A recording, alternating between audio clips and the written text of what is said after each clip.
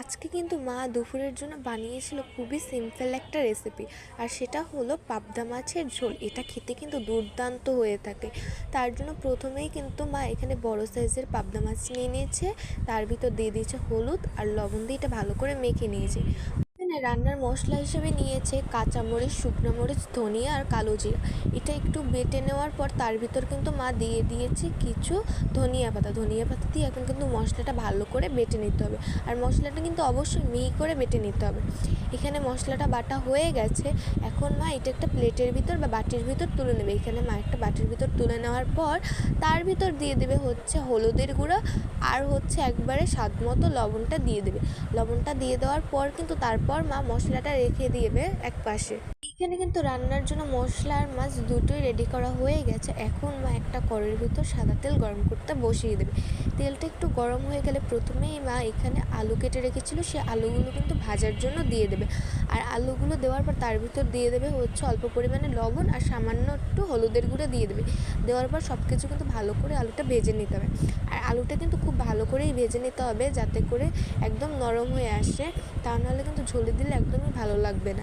এখানে কিন্তু মা খুব ভালো করে আলুটা ভেজে নিয়েছে। এখন এই আলুটা তুলে নেবে একটা বাটির ভিতরে।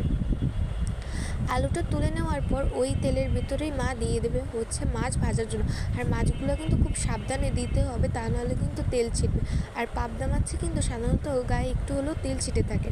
এখানে পাবদা মাছটা খুব ভালো করে মা আস্তে আস্তে করে এপিট এপিট ভেজে নিচ্ছিলো লাল লাল করে, কারণ এই মাছটা যদি অল্প ভাজা হয় তাহলে কিন্তু একদমই ভালো লাগবে না।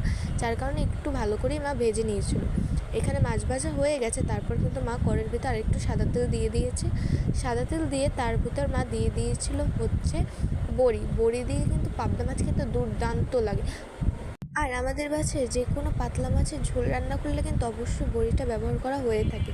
যার কারণে এই পাবদা মাছের ক্ষেত্রেও দিয়েছিল। এখানে কিন্তু বড়িটা ভাজা হয়ে গেছে। এখন মা এটা তুলে নিয়েছে একটা বাটির ভিতর। তারপর ওই তেলের ভিতরে মা যে মশলাটা বেটে রেখেছিলো সেই মশলাটা কিন্তু ভালো করে কষানোর জন্য দিয়ে দিতে হবে। কারণ মশলাটা যদি ভালোভাবে কষিয়ে নেওয়া না হয়, যতক্ষণ না তেল ছাড়ছে ততক্ষণ পর্যন্ত কিন্তু ভালো করে কষিয়ে নিতে হবে। এখানে কিন্তু মশলাটা মা খুব ভালো করে কষিয়ে নেওয়া হয়ে আসছে। এখন কিন্তু দেখতেই পাচ্ছেন তেলটা ছেড়ে দিয়েছে। তারপর কিন্তু মা যে আলুটা ভেজে রেখেছিলো সেই আলুটাও দিয়ে দিয়েছে। আলুটা দেওয়ার পর তার ভিতর মা দিয়ে দিয়েছে হচ্ছে জল। এখানে জলটা পরিমাণ অনুযায়ী অ্যাড করতে হবে। যখনই ঝোলটা ফুটে উঠবে তারপর কিন্তু এক এক করে আস্তে আস্তে মাছগুলো দিতে হবে। আর ঝোলটা না ফোটার আগে কিন্তু মাছগুলো দিলে ভালো লাগবে না। যার কারণে ঝোলটা ফুটে ওঠার পরেই মা মাছগুলো আস্তে আস্তে করে দিয়ে দিয়েছিল। এখানে দেখতেই পাচ্ছেন এখানে কিন্তু মার সব মাছগুলো দেওয়া প্রায় হয়ে আসছে। এখন এটা ভালো করে নাড়াচাড়া করে দিতে হবে একটু। খুব আস্তেভাবে নাড়াচাড়া করতে হবে যাতে করে মাছগুলো ভেঙে না যায়। এখানে কিন্তু দেখতেই পাচ্ছেন ঝোলটা প্রায় হয়ে আসছে। এখন এটার উপর থেকে মা দিয়ে দেবে যে বড়িগুলো ভেজে রেখেছিলো, সেই বড়িগুলো দিয়ে আরেকটু ফুটিয়ে নেবে। ফোটানোর পর কিছুক্ষণ পর ধনিয়া পাতা দিয়ে নামিয়ে নিলেই তৈরি কিন্তু বড়ি দিয়ে পাবদা মাছের পাতলা ঝোল।